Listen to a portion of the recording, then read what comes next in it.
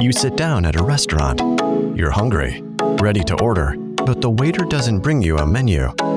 Instead, they gesture at a tiny sticker on the table, a pixelated square. You stare at it. Your phone stares back.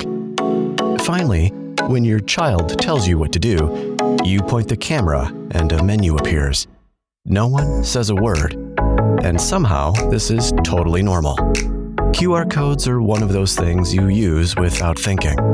They're just there, on packages, parking meters, concert tickets, even gravestones. But here's the thing, most people have no idea what a QR code actually is.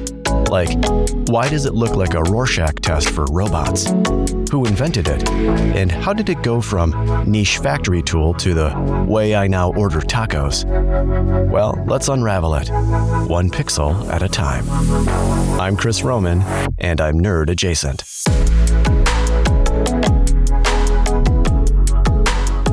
To understand where QR codes came from, we've got to head back to 1994. Toyota was cranking out cars, and their parts suppliers needed a better way to track inventory on the assembly line. Barcodes were great, but they could only store a small amount of info, and you had to scan them in one direction. I mean, the humanity. Enter Masahiro Hara. He was an engineer at Denso Wave, a Toyota subsidiary that produced automotive components and manufacturing automation systems. He came up with this new code system that could be scanned fast from any angle and hold a lot more data. The result? The QR code. It stood for quick response because it let machines read information nearly instantly. Hara was inspired by the board game Go, which uses black and white pieces on a grid. That aesthetic is still baked into every QR code you've ever scanned. What might now seem like a huge missed opportunity, Denso Wave never patented it for profit. They made the design public and royalty-free. Nice of them. That open access? It's a big reason QR codes are now annoyingly everywhere. At its core, a QR code is a clever arrangement of black and white squares, or modules, arranged in a grid-like pattern. Each module represents a binary bit of information. Typically, black squares represent a 1, and white squares represent a 0. This binary sequence is what encodes the various types of data a QR code can hold, such as a website URL, text, or contact information. Traditional barcodes only store info horizontally, which is obviously totally lame. QR codes, though, store it both horizontally and vertically, which means they can pack in way more data in a tiny space. In your face, barcodes! Let's take a quick tour of what's actually in that little square. Keep in mind that for the purposes of not boring you to sleep, I've taken the liberty of simplifying things a bit. The 3 distinctive square patterns located in the corners of the QR code, those are called finder patterns, typically located on the top left, top right, and bottom left of the code. They act like compass points, allowing the scanner to quickly identify the QR code and determine its orientation, regardless of how it's positioned.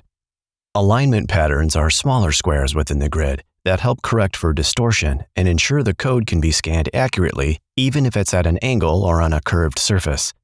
Larger QR codes, yes, there are larger ones, some much larger, have even more alignment patterns.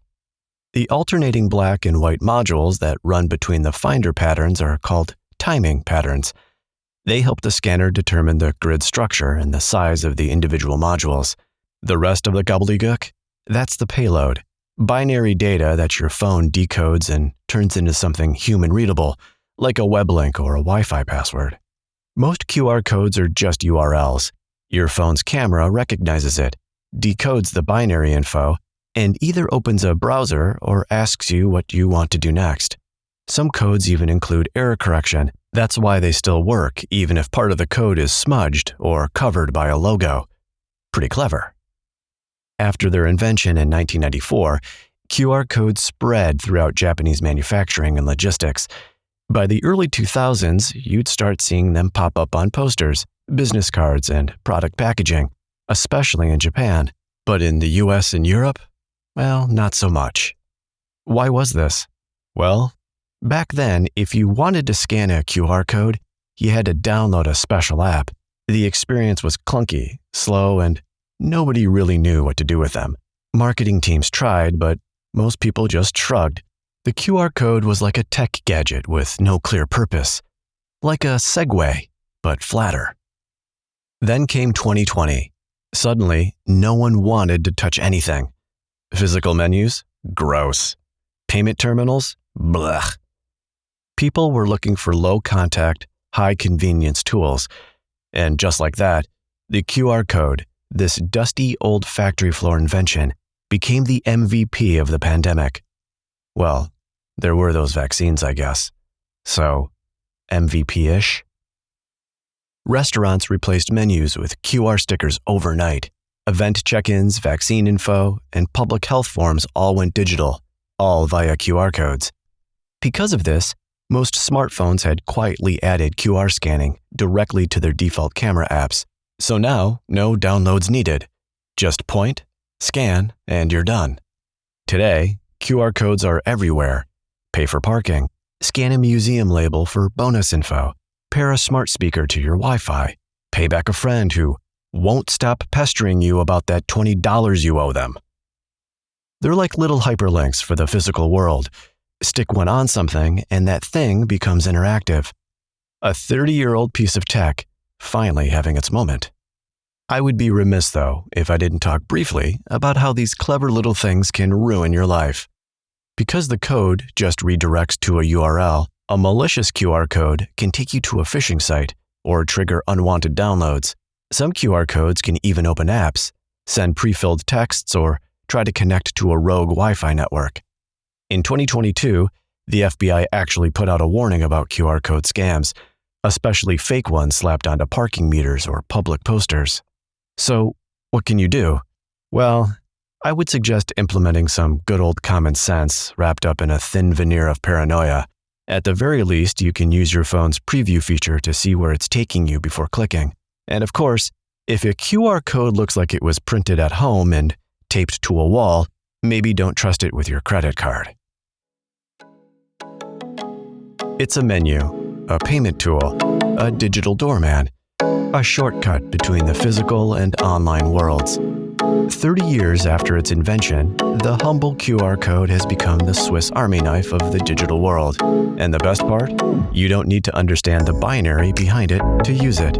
But you'll know you're looking at a tiny workhorse of machine vision, error correction, and some very clever design decisions made by a Toyota engineer who liked the game of Go. All packed into one little square. If you enjoyed this episode, share it with a friend who's curious about technology or is having trouble sleeping. Leave a review wherever you listen to podcasts. And if you've got questions or show ideas, I'd love to hear them. Until next time, thanks for listening. I'm Chris Roman, and I'm nerd adjacent.